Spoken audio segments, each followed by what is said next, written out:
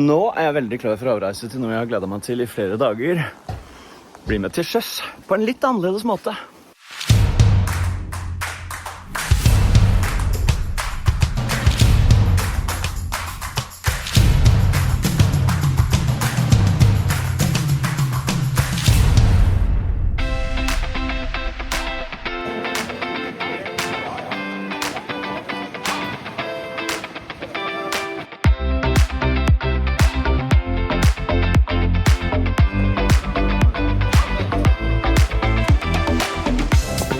Der står han, Brigg-sjefen, Atle Staff. Hei. Hei, velkommen. Takk for invitasjonen. Veldig hyggelig at dere kunne. Vi gleder oss veldig nå. Ja, det blir bra.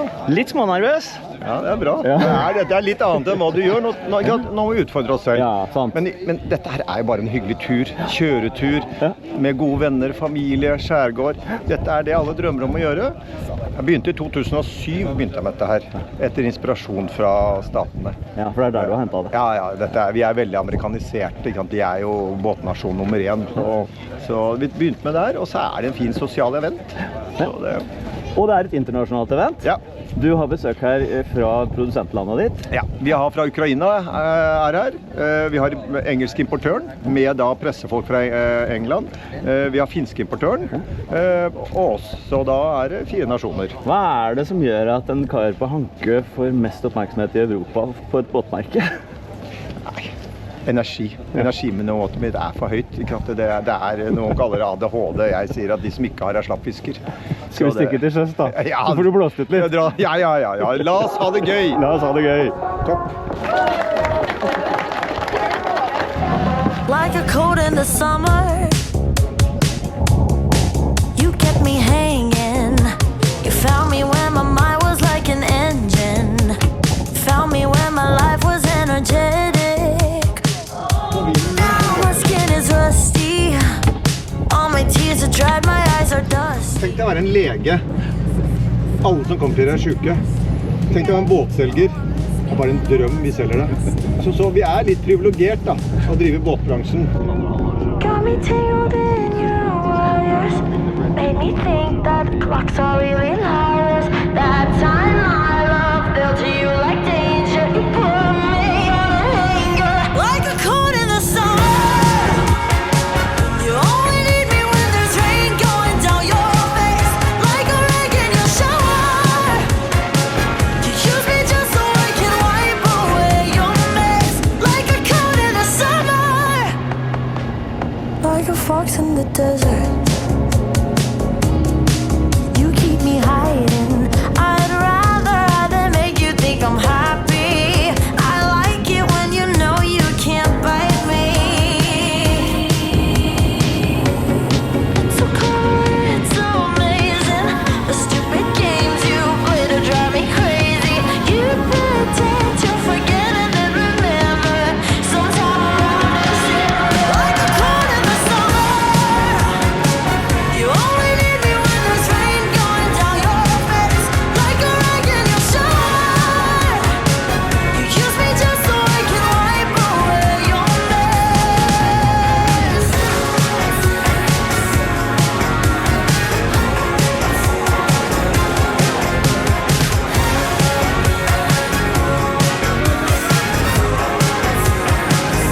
Like a cold in the summer. You only need me when there's rain going down your face. Like a rag in your shower. Use me just so I can wipe away your mess. Like a Jeg har cold lært hvordan jeg skal gjøre dette her. Jeg skal stå her, holde meg fast, la svikt i knærne. Det er avansert alpin. Det er veldig fint. Jeg føler meg bedre på dette enn på alpin. Det må jeg innrømme.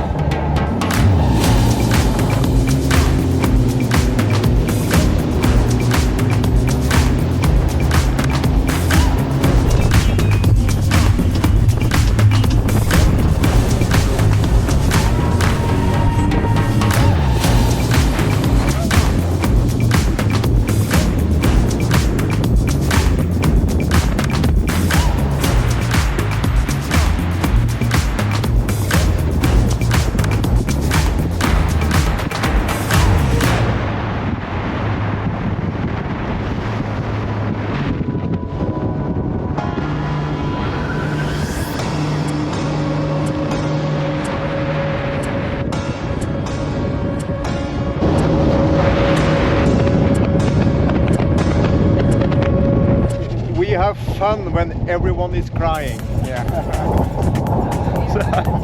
Det stemmer.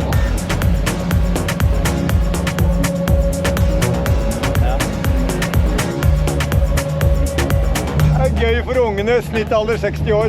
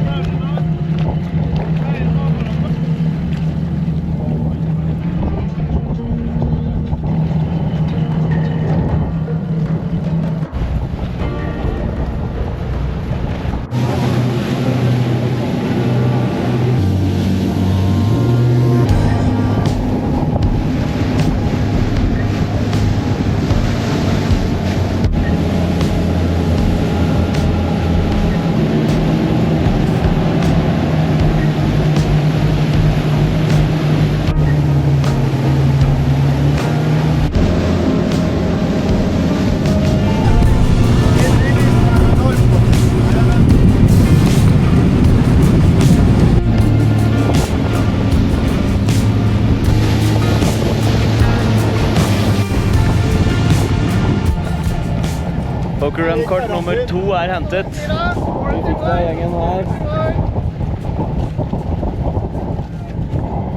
2 av, er det 5 kort totalt, Atle? 5 kort, ja. 5 kort. Sånn som det er i poker. Ja, ikke sant? Og nå har vi 2. Jeg vet ikke hvor mange vi har akkurat nå, for jeg har det ikke, men hele poenget er at det er litt som lotteri. Ja. Du spiller ikke, du blir utdelt 5 kort i en lukket konvolutt, og så åpner vi det. Den som har den høyeste hånden vinner. Ja. Men i statene så har de gjort det litt kult. Du kan kjøpe nye kort. Hvis du ikke er fornøyd, så kan du gå og kjøpe for $100. Ja. Jeg kjøper et kort til, så trekker du. Men dit har ikke vi kommet ennå. Ikke der ennå. Nei, vi er ikke der ennå. Det må være 2, tror jeg, så langt, for det var 1 på Skjærhallen og 1 her. Ja, vi har 2.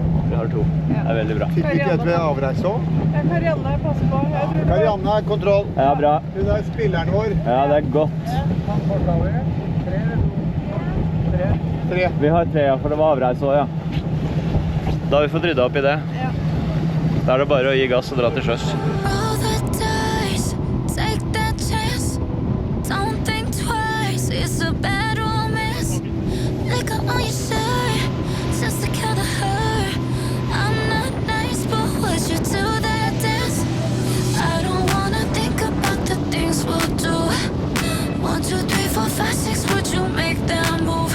It's a bad idea, we should think this through. Since we're standing here right now, boy, light me up a cigarette.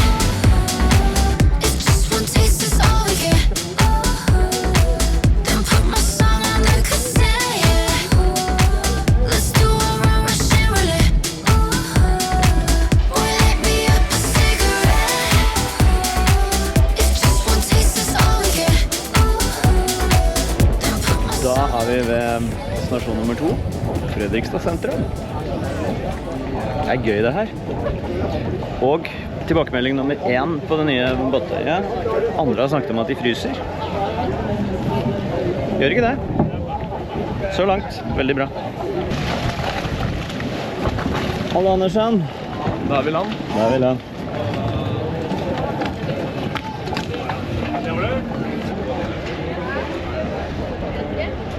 Terningkast så langt. Ja, se på det været da. Ja. Vi får som fortjent, pleier jeg å si. Det er helt riktig. Dere må få først litt det triste været, eller litt sånn tristere vær, for nå å få det fint, for hvis ikke, du har ikke smurt av deg, det har vært solbrent. Det er surt kjøtt, ikke sant? Litt dårlig vær, litt bra vær. Så lenge avslutningen er bra, så er det vi utstyrer. Ja.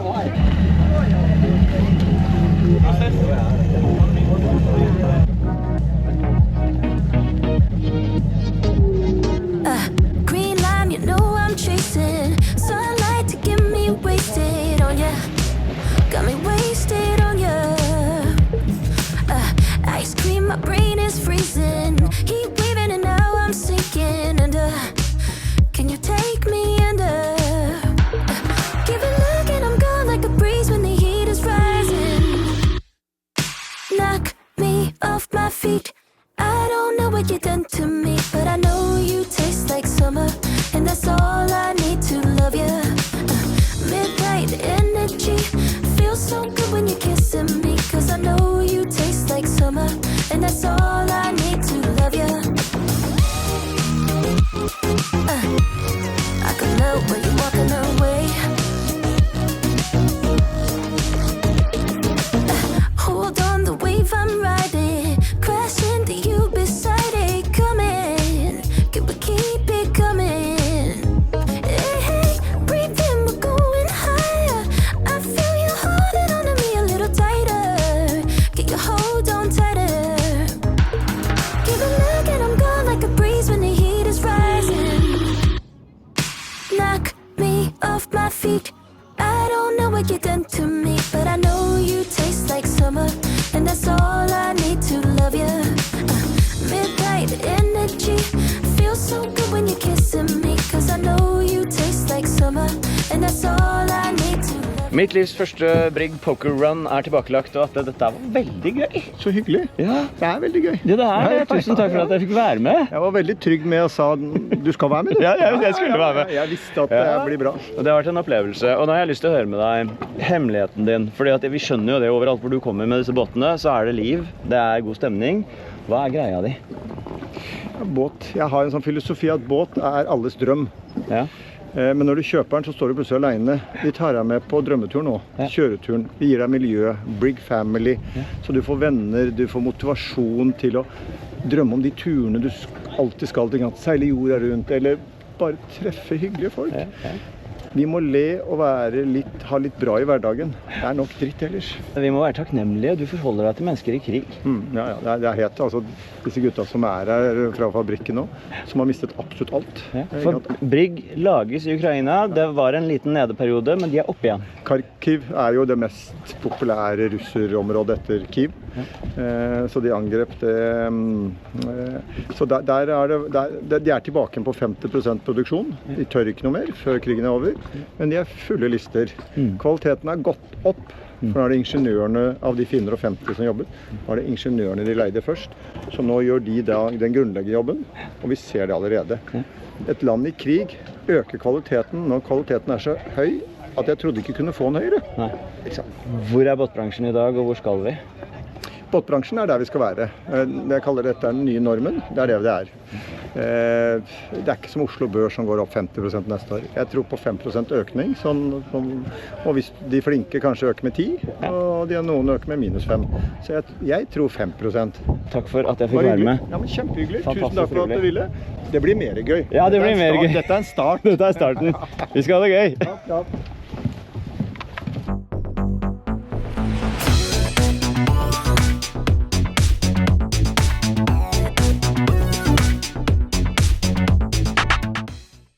Nå, kanskje dere hører noen stemmer i bakgrunnen. Her har vi fått besøk. Hei, folkens. Hallais. Hei, hva skjer her? Men nå planlegges det. Easy Dav. Hurra! Nå kan jeg til og med ordne jolla. Ja, så nå må vi finne litt plassering også. Nå blir det altså Easy Dav bak på T1. Vi får lov å låne av Christian i sommer for å bli kjent med den og teste det ut. Det er vi selvfølgelig veldig, veldig glad for. Vi skal jo på langtur til Bergen tur i tur, og da må man ha med en ekstra båt. Så nå har vi regnet og målt og vektberegnet og kommet frem til at tyngdepunktet tilsier at denne basen, rugga, må monteres her, og da får vi også solid forankring der. Så foreløpig så går ting vår vei. Det pleier å gjøre det. Ja, absolutt. Alltid. Det er deilig. Christian Bakken, takk for sist. Jo, takk for sist. Veldig hyggelig å se deg igjen. Ja. Du, nå er vi altså i gang. Tusen takk for at vi får lov til å låne den her Jo. for å bli kjent med Easy Dav i sommer på vår tur til Bergen og tilbake. Ja, det beste måten å teste på er jo i bruk på tur. Ja, det er jo det. Så absolutt. vi er veldig, veldig spente på dette, og så får vi samtidig vist deg dette. Hva er det første og viktigste man må tenke på, som vi har vært og gått gjennom nå? Måle, Ja. og så må man måle, Ja. og så må du måle en gang til. Ja, ikke sant? Når du først har begynt å bore, så Ja, da er det litt sent. det litt sent.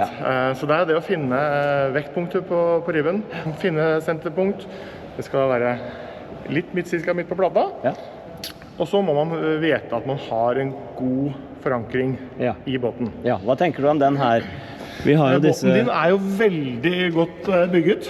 overdimensjonert. Overdimensjonert, og det det beste vi ser. Så, Ja. så her har vi noen aluminiumskonstruksjoner under, som vi skal nå bruke som forankringspunkt. Ja. Hvor mange bestanddeler er det? Vi kan på en måte dele det litt i to. Vi har jo selve krybba, Ja.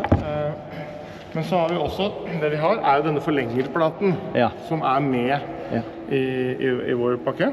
Og som jeg forstår det, så det her du skiller deg litt fra en del av alternativene ved at Ja. dette her 100% massivt, så det er ikke noe som bøyer seg. Det ikke Eller... noe som bøyer seg. Dette solid. Dette her AC 316 A4, sylfast stål. Ja, det er sånn du skulle hatt grill lagd av. Ja, egentlig. Så denne skal jo holde evig. Ja. Hvis det kommer utslag på den, så bruk disse her Magic Swamp. Den legges jo på plattformen, som gjør at du får en forlengelse da, ut. Du får flytta senterpunkt, kjølpunkt, cirka 20 cm. Og det er vi veldig glad for det jo per i dag en veldig smal plattform. Ja, så her vil det ikke vært mulig med en annen løsning. Her må man ha en forlenger ut da. Ja. Her blir jo da kjølen på båten, hvor da vogga står oppå. Ja. Og totalvekten på settet? Cirka 25 kilo. Ja, riktig. Ja. Da det jo bare å finne frem borre og begynne å borre. Da skal vi måle en gang til. Ja, det var det vi Og så skal manglet vi et merke mål. opp litt, finne, og så skal vi begynne å bore litt og se hvordan det blir. Da har vi fått vite at på ribben som skal sitte fast senterpunktet, eller tyngdepunktet på 35% inn. Det en 330, det blir omtrent 1,10. Litt avrunding der. Så da har vi kommet frem til det, men det som så fint at Billy jo her. Og Billy, forrige gang vi gikk løs på noe som skulle monteres, så lagde vi jo en hel masse hull, og så Ja, det tryller du med en litt tryllestøv, og så blir alt fint igjen. Ja. Nå skal jo du strengt tatt lage en ny badeplattform, så om det der blir feil, så kan vi bare skru opp igjen. Ja. Det inga problem. Svenskens standardfrase. Det ingen problem. Allt lugnt. Alt lugnt. Ja. Borr! Ja, da borer vi. Og til de som lurer på hvorfor det viktig hvor man plasserer den plata, så skal jeg prøve å forklare det uten å være fagmann.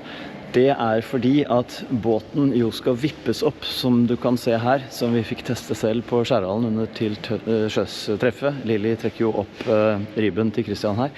Og da er det viktig at den er plassert riktig med tanke på tyngdepunktet på ribben, eller jolla, sånn at den A er lett å få opp, og B ligger stabilt bak der underveis.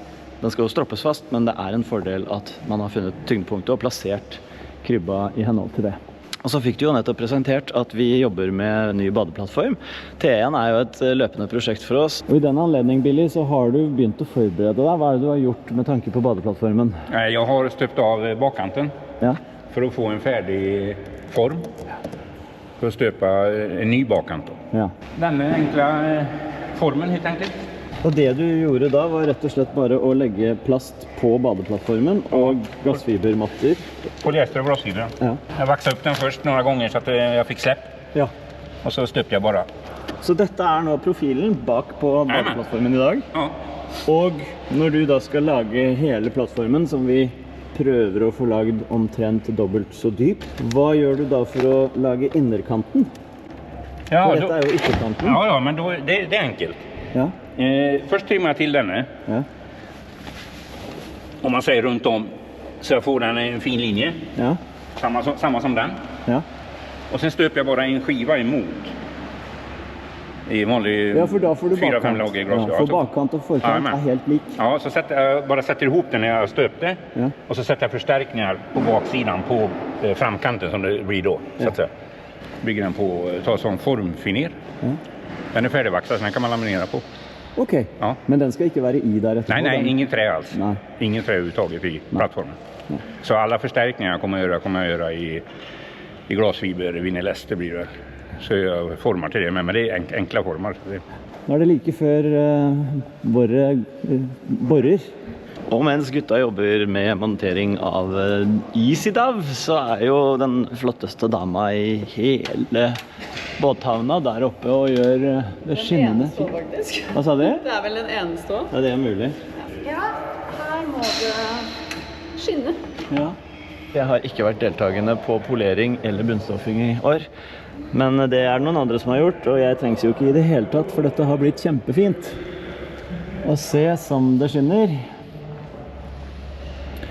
Det er veldig flott. Det vi har avdekket er jo i år som i fjor, for det har jo ikke endret seg, at denne flotte, fantastiske båten har noen småting som vi er helt innforstått med, som for eksempel ganske tynt med... Det er ikke gelcoat, det er tokomponent som er polert ned.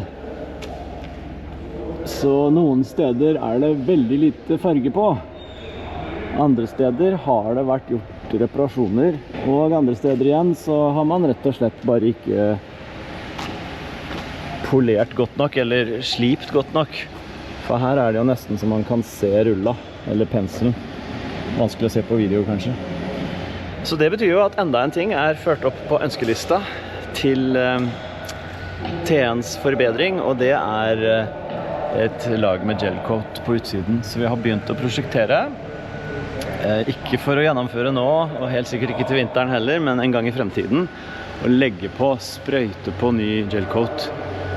Slipe det ned, polere det opp. Da kommer det til å bli en hvit svane, dette her. Og etter ankerkurset vi fikk i Düsseldorf på Bootmessa, så er det en drøm om å gjøre det også enda litt tyngre. Og det er jo sånn med båt. Det er jo alltid noe å ønske seg. Og det er gøy. Bare man evner å se at ikke alt kan komme på en gang. Nu får vi se vad det är för material. Det er sånn skum. Ja, det är divinisern. Skumkjerne. Ja, men det är ju bra i alla fall.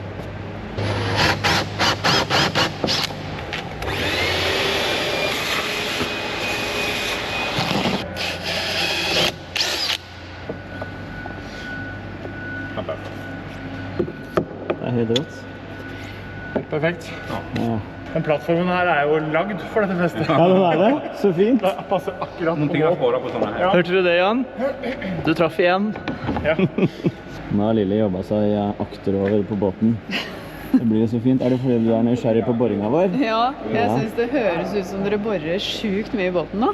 Vi har gjort perfekt jobb her nå, Christian. Eller du har forbarmet deg over oss og tilbudt deg å montere. Vi aksepterte plasseringen, det er vårt ansvar. Du har laget perfekte hull. Hva skjer nå? Nå er vi egentlig klare til å montere innfestningshylsene. Ja. Hullen er forboret 24 mm hull. Vi legger på litt. Her bruker vi Tek 7. Ja. Kan bruke på en måte hva du vil. Rundt hylsene. Ikke for mye så det tyter på utersiden. Nei. De slippes ned i plattformen. Og skruen monteres gjennom plattformen fra undersiden. Ja. Etter at bolten er montert, så er det viktig å sjekke at vi har nok gjenger igjen. Da måler vi ned. Ja. Da skal vi ha mellom 32 til 35 millimeter. Ja. Her har vi akkurat 34, så det er helt perfekt Ja. lengde. Så da gjentar vi bare på de to neste. Ja. Og det vakre her er jo altså at når man ikke ønsker å ha hele plata og alt med krybba og sånn montert, så er det kun disse tre her som blir synlige. Det er det. Ikke noe å snuble i, ikke noe å bry seg om. Og alle kanter og alt er avrundet, sånn at man får ikke noe å skjære seg på eller noe sånt noe. Plasten skal tåle minus 40, Ja. så den kan i hvert fall fint brukes. Så er man vinterbåtbruker og vil Ja. ha muligheten, så er det absolutt mulig. Hvis vi skal sekundere litt underveis, effektiv tid, nå blir det jo litt av og på med kamera, men effektiv tid så langt, hva tror vi? 12 minutter? Ja, vekke fra pratingen imellom, så er det rundt der. Ja. Jeg tenker jo sånn, hvis man på en måte har sett på innfestningen og alt da, så er det totalt en time. Ja, og nå snudde du den sånn at det som var fresa ut, At dressingene skal passe på. ja. Så legger vi den bare sånn cirka oppå. Og hvis man av en eller annen grunn ønsker å forsenke selve innfestningen ned i badeplattformen i stedet, sånn at de går flush, så bare snur du plata. Så kan du bruke den andre veien. Ja. Så begge deler er mulig. Ja. Her to.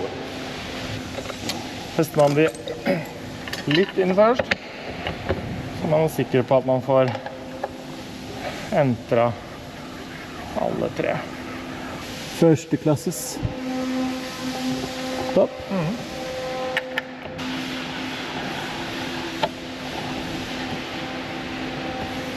Ta-ta! Der. Ja.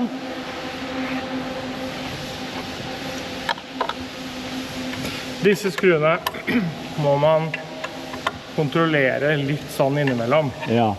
Vi har en plate som minsker friksjonen når man roterer. Ja. Så legger man krybba på.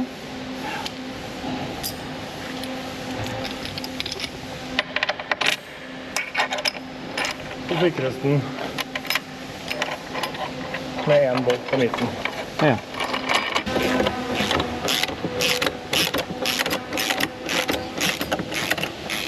Dette er jo en låsemutter, Ja. så den skal bare tightes så vidt inntil.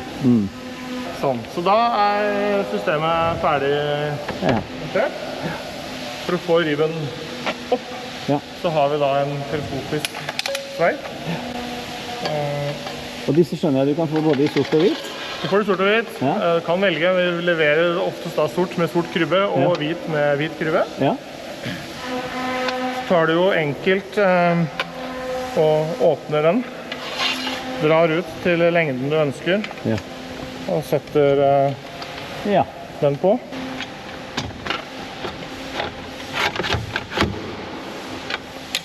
Hvis vi stopper stoppeklokka nå, så tror jeg ikke det har gått en time ennå, altså. Nei, jeg har gjort det en gang før. Ja. Jeg aksepterer den der. Si en time, da.